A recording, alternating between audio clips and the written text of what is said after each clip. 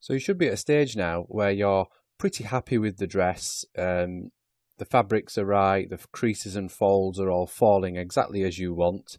I mean, you can still play around with it after this stage if you like, but what we're going to do now is look at, once you've reached a stage where you want to export the dress, take it into another application like Maya, and ready to render out to create your illustration.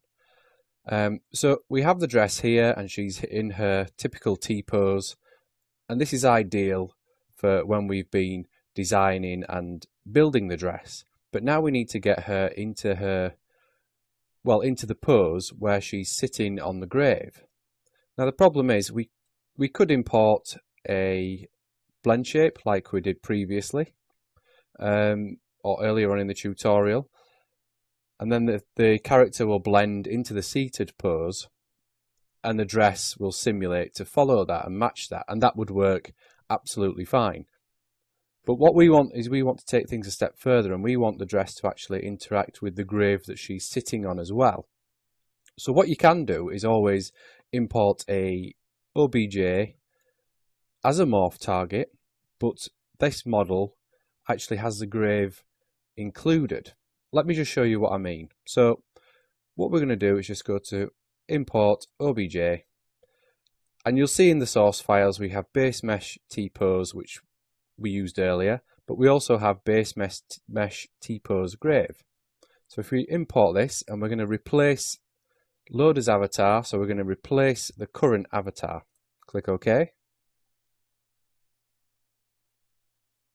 So that's exactly the same, except all I've done is exported the character and the grave as one file, so it's one mesh. Now what we need to do is import the morph target. So again, import OBJ, and this time base mesh posed grave. This time load as morph target, set as centimeters, click OK. And there it'll automatically start playing, and because the vertices are moving from A to B, as you can see, the grave, because it's a distance away, slides then nicely underneath. So the grave isn't underneath here to start off with, it slides under. If it was under here to start off with, then the dress would start to interact with that too early. So it's a good idea to have that prop a bit of a distance away, so as it morphs it actually comes in and then the dress can fold nicely underneath. Now we do have a couple of issues here. Now this sort of garment down the back coming from her neck is now tucked underneath here, and it might be nice if that was out and over the grave. Now we could go in and we could try and just grab this and pull it out, although that's not the that's the sleeve. You know, we could just pull and pull and pull, but that's going to cause issues with other areas of the garment. So instead, what we're going to do is I'm going to turn this button off here, which tells it to play the motion, and I'm going to turn off the simulation. Now to get it back to its main pose, I'm just going to click the animation button, just click OK, and I'm just going to go to animation, go to start. So that's going to take us back to that initial pose. Go back into our simulation mode, and I'm going to reset the arrangement. Now before I do anything else, I'm going to click up here, multiple pinning, and I'm just going to pin the end of this garment here, and all I did was just drag over there, and that's going to lock that into place. So now let's just make sure that the motion is off. I'm just going to simulate the dress as I would normally. So it's in the T-pose, and you'll notice that this area is being simulated as well, except the pins are holding onto these. And that neck area has come away. So let's just reset that. So let's maybe just move this in just slightly so that it's not pulling on it as much. So let's try simulating that again.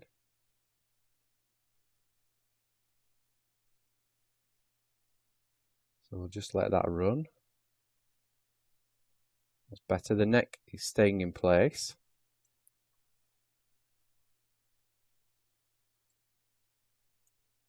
So we'll just let this fall.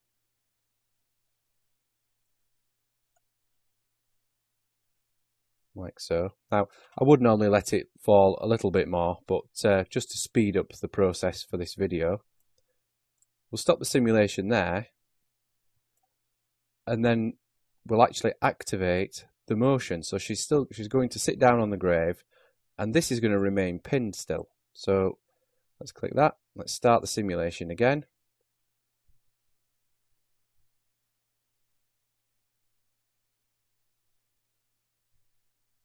So now this is pinned up here. Let's just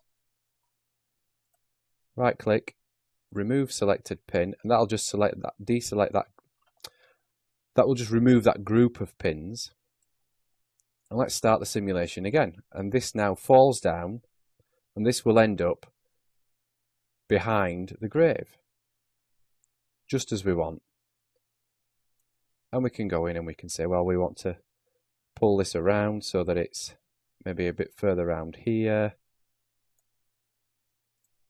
But again, if we're playing around with this, it might be a good idea for us to go in and select some of the other areas that it might interact with if we're happy with them, and we're just going to freeze those so that as we're dragging this, it's not going to pull that sleeve off the arm. So let's just pull this out here.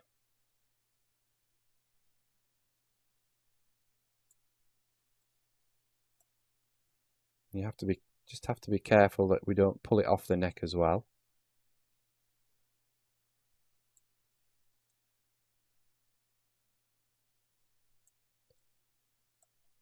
So you see now it's just becoming a bit unpredictable. So what we could do is, right, we're not happy with that, so let's just